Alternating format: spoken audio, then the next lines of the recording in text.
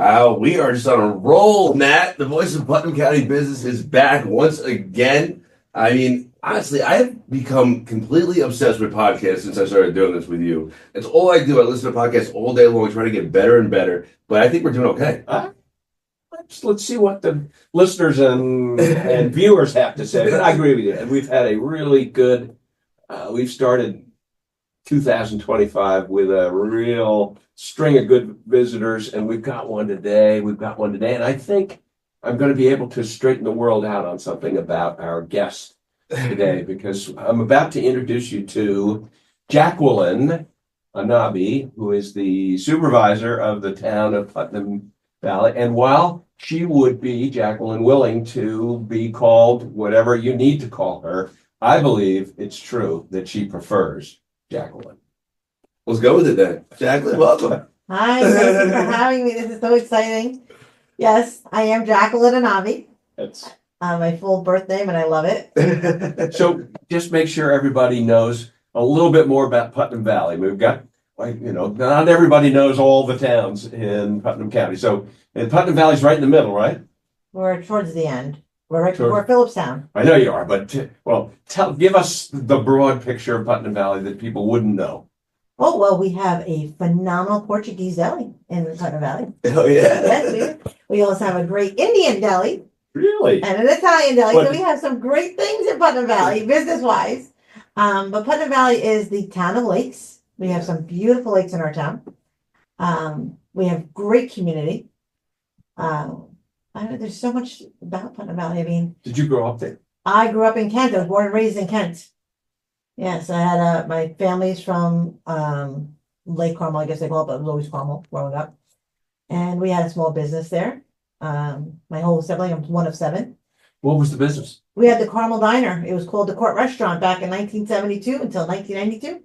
And that was your family and Yeah. all? It was my father owned it, yes. My father, it was a family-run business.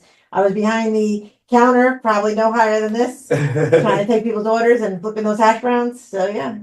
Wow. So Annabi is what kind of Well, that's my married name. My maiden name is Sage. You mean, is it spelled the way the other family is here? Now, how would That's yours? my brother. Oh my God! So you're an Sayegh person? That is correct. That is my maiden name. Wow. Yeah.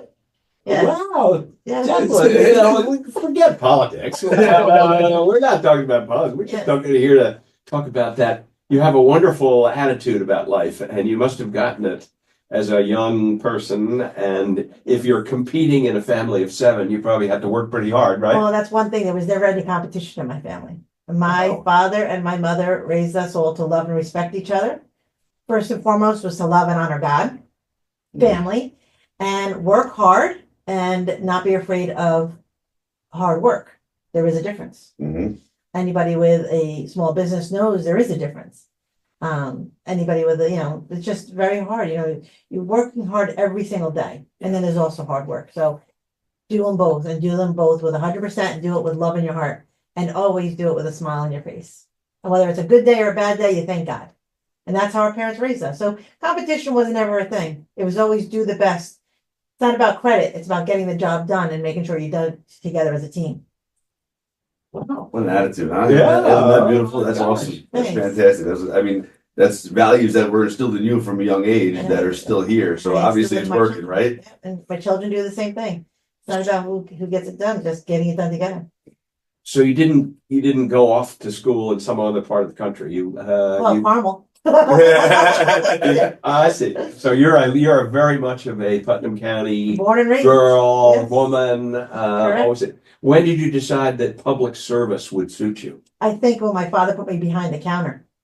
Your public service says that, when you're in the restaurant business, it's public service. Sure. And how were you a young girl or how old a woman? No, that's not a fair question. Well, my father had the diner since 1972. So when I was old enough to be behind the counter, I was, me and my little sister, as I said, I was one of 7. We were in the diner, the small diner, literally peeling potatoes for a quarter. Because it was what we were able to do. We saved that money and we went across to the candy store down at the end and we got our licorice, But yeah, so it was, that's what I'm saying, hard work. and as a little girl peeling potatoes, that was a lot of work, Sure. Might You got all your might be fingers? it might be illegal now. It might be. My father would disagree with you, maybe. But yeah, so it was fun being in there. But going into the actual Lions Den, That By was- that you mean real elected politics. elected Yeah. office. Okay. Yeah, that How did was, that start? oh, it was an oddest thing. I got a knock on my door, and they said, "Hey, do you want to run for office?" I'm like, I know nothing about running for office. They're like, we see what you do. You're very involved in the community. We'd love for you to run for office. That was in 2009, and I loved it ever since. I worked very hard for our community ever since, and I love what I do. I love being able to help someone at the end of the day, and that to me, if I can help one person at the end of the day, I know I did the job right. And that's all I try and do is just make sure the community was better by the end of my day. But you've worked not just in town government, you've worked in The state. state government. Correct. Yeah, I what work- roles have you had? I worked for the state senator as well. And I did the same thing. I worked for State Senator Sue Serena. I was constituent services. So I worked for the residents in both Dutchess County and in Putnam County. Again, doing the same thing, able to help with situations that an everyday resident doesn't know how to get help with. Whether it's something small, if I can't get the garbage man to stop throwing the garbage in the middle of the street, to NICEAG issues, Medicare issues, Medicaid issues. And I have those same contacts today that I had then. And they're Yeah. able to help my residents now. And as we know, there's a huge issue with NICEAG. And luckily, having the connections we have with our state senator, our state assemblyman, we were able to get NICEAG into our towns. Nice thing. You said, remind me, what's New that? York State Electric and Gas. Oh, yeah. We have Those that here. guys. Yeah, we have those here in Putnam County. Some parts of Putnam do have Con Ed, I Yeah, believe, yeah, or Central Hudson. or Central Hudson. Yeah. So the supply cost now is tripled, in some cases quadrupled, causing people to have bills that they can't afford. And I had a very long talk with Matt Slater, our state He's your assemblyman. assemblyman. And he kind of said I was mean to him, but I wasn't. Assemblyman Slater. I was Well, very nice. Nick's gonna have a word with Matt, because you can't have people being not nice to you, Jacqueline. I appreciate that. He's a great assemblyman. He heard our concerns loud and clear. And he was able to get NICEAG to come and do pop-ups in Westchester County, in Yorktown, and in Town of Carmel, because it's a larger town hall than Putnam Valley, Mhm. where the residents can come and actually speak to the customer service representatives in person. And I'm sure if you'll see the assemblyman soon, if not, it'll be March 12th and 13th, where the residents can come and literally debate their bills. So we're hoping that works. That's big. That's really big right now. I mean, I can tell you firsthand. Matt Slater has reached out to myself regarding some of the NICEAG issues that we have with electric vehicle charging stations at our dealership, which costs have gone through the roof to the point where, yes, we do charge people to charge their vehicle, but at the end of the day, the cost that we're incurring is a loss for us. Mhm. So it was a pipe dream of saying, hey, this is going to be a financial stream for you, but it's not. It's the opposite. It's not sustainable. Correct. So right now, there's certainly some concerns, and I know it's residential. I'm sure there's other commercial businesses out there like myself that are dealing with the same thing. So it's a huge concern. But Matt is regardless of what he may have said, I know he listened to you. There's no doubt about it. And He's a he good- definitely, he's a good one. yeah, for sure. Yeah, and you could knock him, just knock him around. I wouldn't do that. I wouldn't do that. I'd be afraid of Kelly, his wife. But he listens to our concerns, and that's what we love about, our representatives. That's what they're there for. That's why we elected them, to help us, and he's doing it. So you have a good relationship with the state people, and I know you have a good relationship with your Putnam County legislator, Bill I have Goulman. excellent with both him and Nancy Montgomery. Yeah, that's right, because Nancy is, if everybody knows out there, she's from the neighboring town, Phillipstown. that I Yeah, live in. she helps us with a lot of issues. So both her and Bill have been there for the residents of Putnam Valley, which is fantastic, which unfortunately sometimes looks like they're against the majority of the legislators, but they're not, because the residents here on this town in Carmel or Patterson or Kent may want something differently than the residents in Putnam Valley and Phillipstown. So it might sound like they're against what the legislators are going for, but they're not. They're for what the residents want. And that's their job. Yeah. Their job is to listen to what their residents want and need, not what the majority of that legislative board wants or needs. And that's why I respect both of them for standing their ground a lot of time. So when did you first become the supervisor? I was elected in 2022. Prior to that, I was on the town board. Right? I was both a deputy supervisor for both a Republican and a Democratic supervisor. And then when the last supervisor decided not to run, I decided, okay, let me take a ring at it. And I did. There we go. Well, I think the town of Putnam Valley and Putnam County in general is benefiting from your leadership, Jacqueline. You're one of those people. You have such a good attitude. You know, you don't go around screaming. Although we saw you at the Putnam County Legislature the other night, and you are being very clear and focused. Do you want to talk about that, or is that too? Sure. Is that an issue that you would rather just? No, I think it's important also. We have a very small commercial tax base in Putnam Valley. So when our property taxes are based on the residents and the businesses in town, but there's only so many times you can go back to their pockets and say, listen, this has to be done, this project has to be done, this project has to be done. And then on top of that, getting state mandates brought down to us, unfunded mandates, by the way. Yeah, exactly. Your business, we're not going to give you any money. We need to find a way to bring in revenue without taxing our residents. And if they can share the sales revenue with our towns, we found a new source of revenue without having put this burden on our taxpayers. So we need infrastructure done. We need to do forestry. We need to get some parks and recreation into our community without putting the burden on our taxpayers. And we're not asking for half of what they're making. We're asking for a 0.5% of the 1% extra that they put in. Yeah. We're not asking for a lot. No, this is, and I'm sure that all of our listeners know that Putnam County is, or may not know. Let's just review it for a sec. Putnam County is one of 20 counties in the whole state where there's no sharing of sales tax. Correct. And the reason that we cannot just go right in and say you must share is because we don't have a municipality that would be categorized as a city. Correct. You got to have a city. If you got a city, you got to share. You got to share the sales tax. You have to share. Putnam doesn't have that requirement, but I think the argument is growing, and Jacqueline just put it very. We can't hit the taxpayers anymore.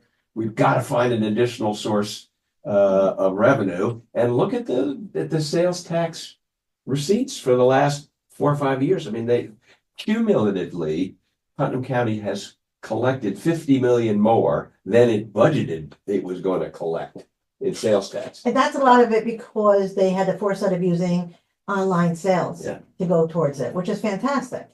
Now, we all know that our school taxes are 75% of our tax bill. And there's nothing the county or the town can do to ever lower the school tax unless the state governor revamps the entire program and does it like they do in every other state in the South, where it's all put in, where there's no property tax, very little school tax. There's nothing like North Carolina and down, there's no school or property taxes. It's very limited. It's like $1,000. Yeah. And so all the revenue comes from the sales tax side? Right. And they do a car tax, and that goes right to the county, and the county pays for everything, but it's very small because it's a larger pool. And then instead of it being one school superintendent for every school, it's one school superintendent for the county. So Putnam County would have one superintendent. And in all logic, Putnam County is the same size as the city of Yonkers, who has one superintendent. I'm just saying. Yeah. I've always... So in Putnam County, we have 6 superintendents. Yeah. We have 12 deputy superintendents. Then we have like 24 principals, 48 administrations over there. The administration level is what's taxing people out. And I'm not saying we don't need it, but it's not on the teachers. The teachers, in my opinion, are doing everything they possibly can for our children with the limited income they're getting. The lion's share of that sales tax is going into the salaries of the administration. And again, it's because there's so much administration, and it's nothing anybody can do until it's fixed in Albany. And that's out of my realm, way above my pay grade. That's what our senators and assemblymen have to do. I'm like a sponge right now. I just learned so much in the past 3 minutes of you Well, guys. Nick, this sales tax, the opportunity to, as Jacqueline said, share the surplus part Yeah. of the sales tax, and only a very I mean, you're not looking for, No. how much money would make a big difference to you? For our town? Yeah. 600,000 a year would make a big difference. We can get infrastructure done every year. If we know we're gonna get $600,000 a year every year, we can get a lot of infrastructure done. We can get our forestry projects done. We can get our outdoor senior fitness projects done.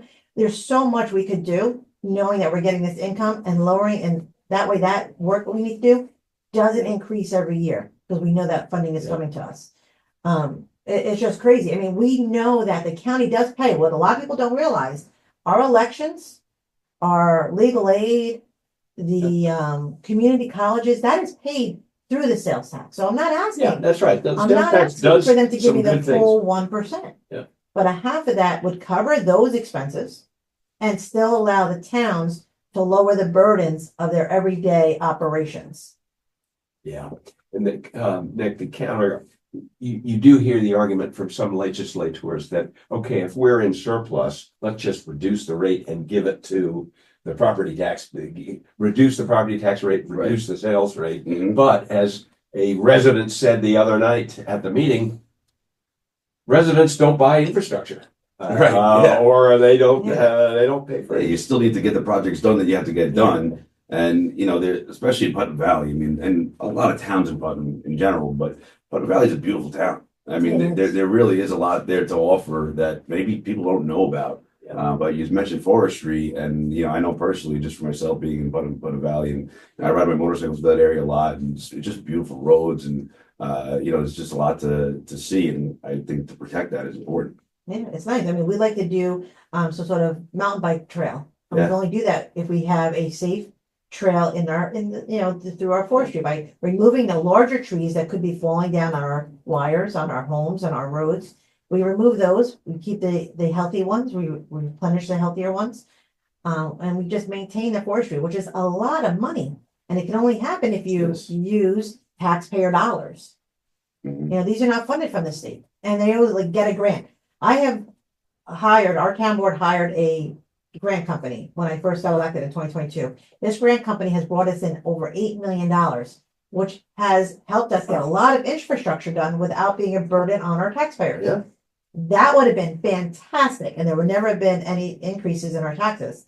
Then we had a storm, July 9th and 10th of 2023. Oh, boy, that was. Flooded Putnam Valley. We had roads that were ripped up, looked like a war zone. Mhm. Yeah, All 6 inches of rain in 2 hours or whatever it was. we had $9 million worth of damage. Wow. We have a $14 million budget. How are we gonna do this? Mhm. Only thing we were able to do is get a bond or a ban, which is a Bond anticipation note. right, which allows us to get the money right away at the lowest interest rate, putting the money in the bank so we can get the highest interest back, and use that money to get these projects done. And then eventually get paid back by FEMA. Eventually get 25% to 75% back from FEMA. So in the 2 years so far, we've gotten just under $1 million, I think $900,000 back from I'm dropping the FEMA. bucket. It is when you have that kind of work. Yeah. We're getting the work done. The roads are opening, we're getting the projects done because we are not waiting on FEMA. We're getting these things done, and it's not costing our taxpayers anything because we got the bond. So these things you have to think about in advance. You know, we're using that same money, and as the money's coming in, we're rotating it in and we're getting new projects done. You got a lot on your shoulders. Huh? Yeah, there's a lot. There's a lot. And that's why if we can get that sales tax, we don't have to burden our taxpayers anymore. We can continue to get work done and not have to increase any property tax. Do all the supervisors, are they together on this? Oh, Or are we most of the way there? Well, I reached out to all of them. Yeah. Dan Birmingham put a letter in the newspaper and saying that he would like to see that 1% dropped. And I said, whoa. This Hey, is let's not do that. Putnam County Legislature, Dan Birmingham, Yeah. from which, I can't remember, it doesn't matter. He wants to take the tax down, right? He thought it'd be best for the taxpayers of Putnam County just to reduce the sales tax down to 3% and dropping the 1% altogether, which is good But if you're thinking about it, you're talking about $1 on every $100 spent, and Yeah. every savings counts. It does. But in the long run, $600,000 to a town to get infrastructure goes a long way, and that $1 that was just saved. Yeah. So that's what my thinking was. So I reached out to all the villages and all the mayors and all the supervisors, and I said, listen, would you guys be on board of putting a letter together to our legislators? And I drafted a letter. We got it out to them, and here we are. Well, we've always, in Phillipstown's always been, well, in my recent memory, we've been very supportive of the notion of sharing the sales tax. And in fact, remember a couple of years ago, had a hand in getting that one-time Yep, that 22, poll. back in 22. Yeah, I mean, that money's would go a long way. It There's did no go a doubt. long way for us. We got a lot done. We got one of our town camp facilities, created so it's a year-round use. So now people can use it, and the town can now, well, that's another way of finding revenue to our town without being a burden on our taxpayers. So we got that building done. People can now rent it. That revenue is down to the town. We had another infrastructure done, which was infiltrating our lake with a lot of septic and with a lot of overflow in from the road into the lake. We were able to clean that all up so it doesn't go into our lakes anymore. So that infrastructure, both of those projects, that one project was just about 400,000 and the other one was 300,000. So we just made it. I think it cost us $75,000 total to get both of those projects done, which is nothing. Yeah. So, having infrastructure done, having a facility to use year round for our residents for 75,000. So, I mean, I and this is just my mindset, but when things go up in price, when taxes go up, right?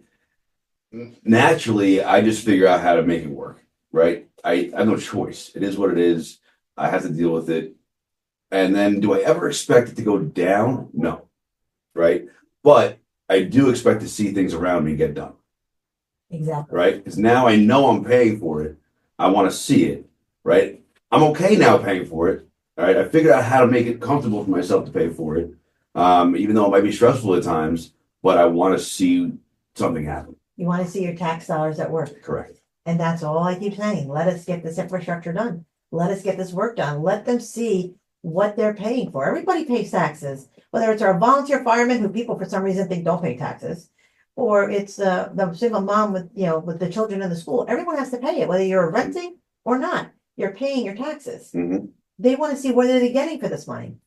It's a tough call, and that's what all I'm trying to do is make it livable.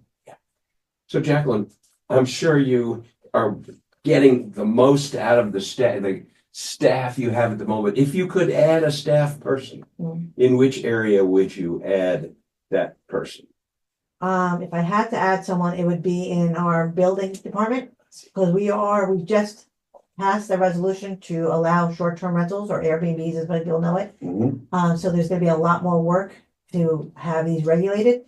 So I think having someone in our building department would be very helpful because we have to do inspections. Inspections, whether it's fire inspections or safety inspections, are very much needed. Are we working on sharing somebody? We are sharing. We are sharing a building inspector. That is correct. We're in the process of hiring another full-time building inspector to share both in Phillipstown and Putnam Valley to help us with the extra lit work that we have going on.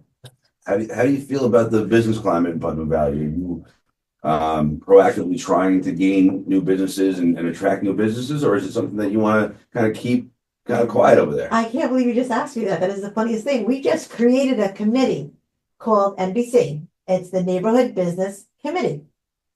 And what we do is with this committee, we are creating new zoning changes based on what our town needs to bring in mixed uses, meaning commercial on the bottom, residential on top. So we have more businesses in town that are family oriented. I'm just going to throw an example. Tompkins Corners Cultural Center. Yeah, I love them. Great organization over on Pixel Hollow Road. There's no place for anybody to eat. But if one of those homes there are now commercial, residential, they can now make a small restaurant there. Yeah. So they can have coffee, bagels, whatever. In one of the outbuildings there? That's what we would like. That's what we're in the process of changing. I see. So the zoning would permit that. Now it will permit it. Yes. Yeah. Smart. So you're supportive of getting the right types of businesses into Putnam That is Valley. the key thing. We are still on septic and we are on well. Mhm. So we're not gonna get a big box office, but we might be able to get something like a Bobo's. Yeah. Something like that. We can fit something like that in our town. Mhm. We can fit a promenade on 6. Mhm. Yeah, these are fantastic places that would work in Putnam Valley.